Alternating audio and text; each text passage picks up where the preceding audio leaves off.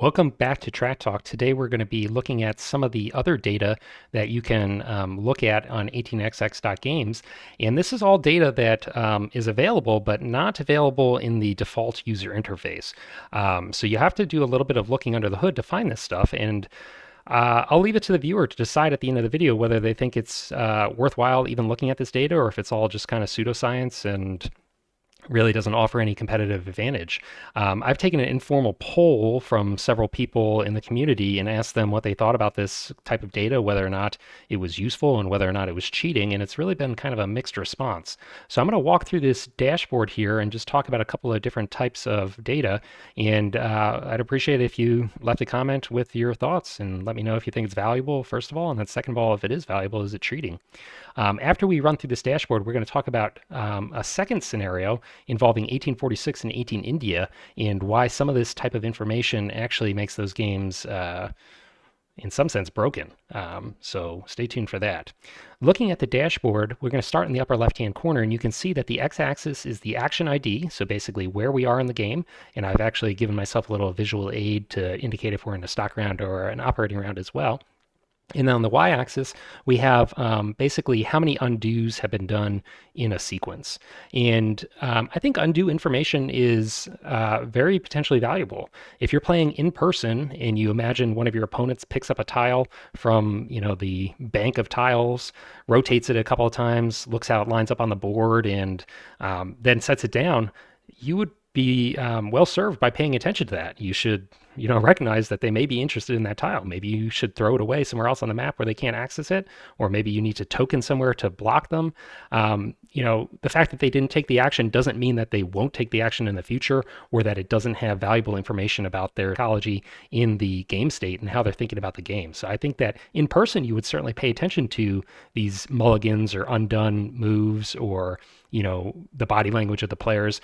Online, you don't have access to that information, but you do have access to this information, which I think is a valid proxy.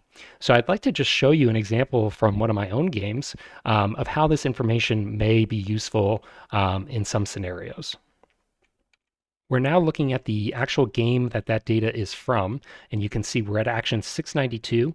This is the operation of the NYC, which is one of my companies, and I am in a position where I need a permanent train. So I am going to be having to afford a permanent train at some point, and the question is how to do it. So let's see what I actually end up doing with the NYC, and then we can go into the game data and see what was undone and see why that might be valuable for the other players to pay attention to. So the NYC is going to upgrade Albany, he's going to run his 5, and then withhold, and then we're on to the CNO. If we look at the same game data in the API, you can see that starting from action 692, the NYC laid a tile, but instead of laying Albany, it was on F18. F18 is this track here, and you can actually go in and look and see which tile I wanted to lay. It was the number 46.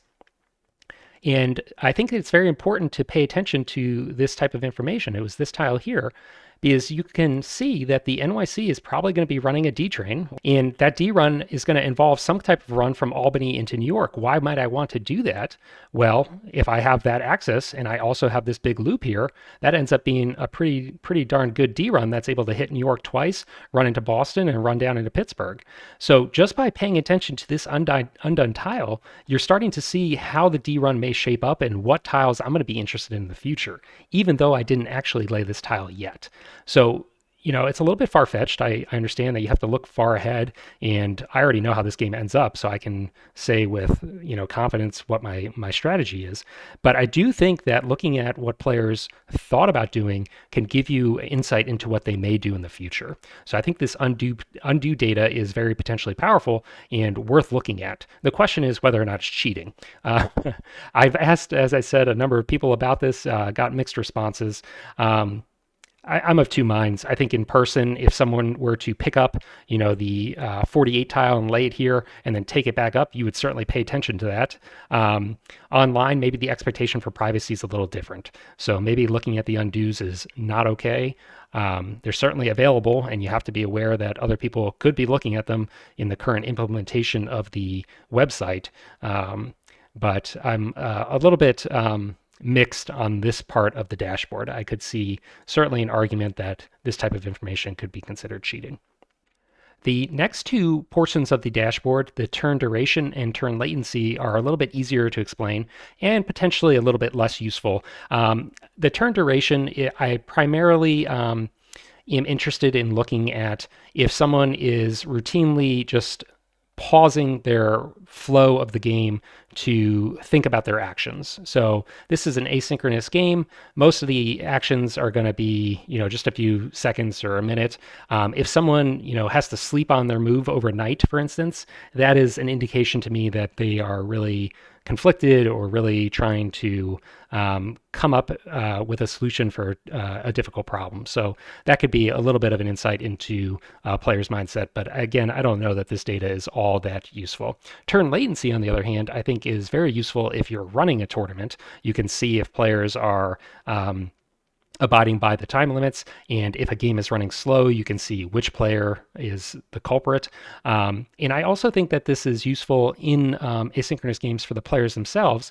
If you see a player's turn latency suddenly dramatically increase, you may get the impression that they've kind of lost interest in the game, aren't really paying attention, and potentially have given up. Turn latency, by the way, is the time that the game is waiting for the player to take their turn. So player A completes their turn. How long does it take for player B to start their turn? Turn duration is just the actual length of player B's turn. The next row of data is similar to the first row, where I think it offers, potentially a competitive advantage and is a little bit controversial. And this is looking at the player's auto actions. So you can see, very similar to the first plot, we have action ID on the x-axis, and then the percentage of the player's actions that are auto actions plotted here. So early in the game, there's not many actions. If you take any auto actions, the percentage is going to shoot up. And then at the end of stock rounds, you see that I tend to turn on auto actions and the percentage increases. I also have the actual actions that were automatically performed highlighted in yellow for ease of viewing. The interesting part about this is that there are several different types of auto actions. So you have your basic auto action, but you can also make the auto action a little bit stronger by saying you want it to continue unconditionally. So if a player sells a share, it's not going to discontinue. Or you can say you want it to continue indefinitely, where it won't turn off at the end of the stock round and will just continue into the next stock round. So this information is also detected by the dashboard and would be plotted very similarly to what we have in these two graphs. Going back to the cheating or not discussion, auto actions, we know, are public information, and we know this because it says so right on the website. So your auto actions are not secret from other players. The question then becomes, is the type of auto action secret from other players? Because it's certainly different to say, this player is passing while nothing interesting is happening, versus this player has given up on the game and is just going to pass no matter what. I think knowing that definitively, that a player has turned on auto actions and is going to pass unconditionally and indefinitely, means you can basically ignore them for the rest of the game. You can play very aggressively, sell down your presidencies. They're not going to be taking it over. So I think that there's certainly a competitive advantage to having this information about what your players' auto actions look like. And there's even some advantage just to knowing that they're on auto actions. You could already tell when a player was on auto action just by the timestamps in the game log, but this gives you some added information. So I don't think this is cheating at all. I think this is very above board and is just an easier way to visualize that data. But again, let me know what you think. So now we're going to change gears, and instead of talking about the dashboard that I've created or the type of data I'm looking at, we're going to talk about some of the information that's in the API or the game state that I don't think people are aware of, but really change the way games with secret information function and maybe delegitimize competitive play of these games until this is fixed. So if we look at this game, this is just a random game of 1846. You can see that I'm not even logged into the site. I'm not in this game. And players are very early in the game drafting their privates. And this is definitely supposed to be hidden information. You're not supposed to be able to see what companies the other players are selecting. And I can say that very confidently because it says it right in the rule book. Quoting from 3.2, it says, "Do not reveal the cards you have taken until all the private companies have been selected." Um, so the idea that players can see what other people are taking before everyone has acted is definitely against the rules. And the way you do that is you just go into the API and you look at what the players are taking. So, for instance, the first company taken in this game was the Big Four, then someone took a pass, and so on. So, this is available to anybody in a game of 1846. I just don't think people have realized this. Clearly, the people developing the site are aware of this, but I'm not sure that the general player base is. So, I think that this is definitely crossing the line into cheating, looking at this information. But how could you guarantee that your opponents weren't looking at it if you were in a match against someone? Right now, you can't. So I think that this needs to be looked at, and some kind of alternate way of displaying this data or obscuring it until the draft is over needs to be considered. The other popular game right now with this type of hidden information is 18 India, and it suffers from a very similar type issue. So you can see again that here we are in an actual game of 18 India. I'm not logged in, I'm not part of the game. And if we go to the rules, the distribution of the certificates into your hand, at least at the start of the game, is supposed to be totally private. In the rulebook under 6.0, it says these certificates should be kept secret from the other players. And yet, when you go into the API of that game, you can see exactly which certificates that this player has selected. And this will be the case for all the players as they do this. These certificates are never supposed to be revealed throughout the course of the game until a player buys one of them. And yet here it is on display for anybody to look at if they choose.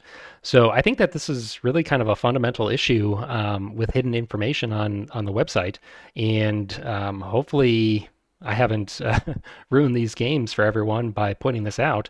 But it is something that probably should be addressed if ever there's going to be a competitive scene for either of these games.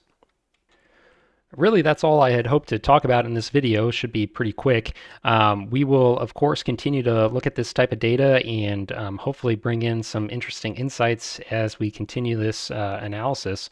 But it's not all roses. Some of it is kind of problematic data, and we need to, as a community, figure out, what to do with the data in the API and what is considered fair and what is not. So I hope you enjoyed the video. We'll be back with additional games and data analysis in the future.